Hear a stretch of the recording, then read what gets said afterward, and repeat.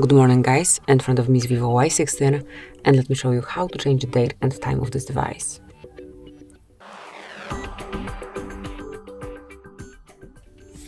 At first you need to select settings, then scroll all the way down and pick system.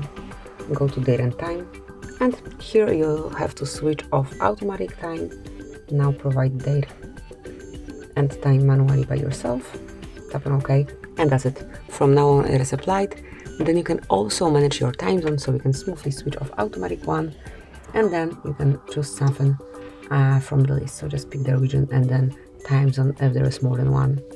And that will be all. Whenever you wish to go back to automatic setup, just use the same switchers.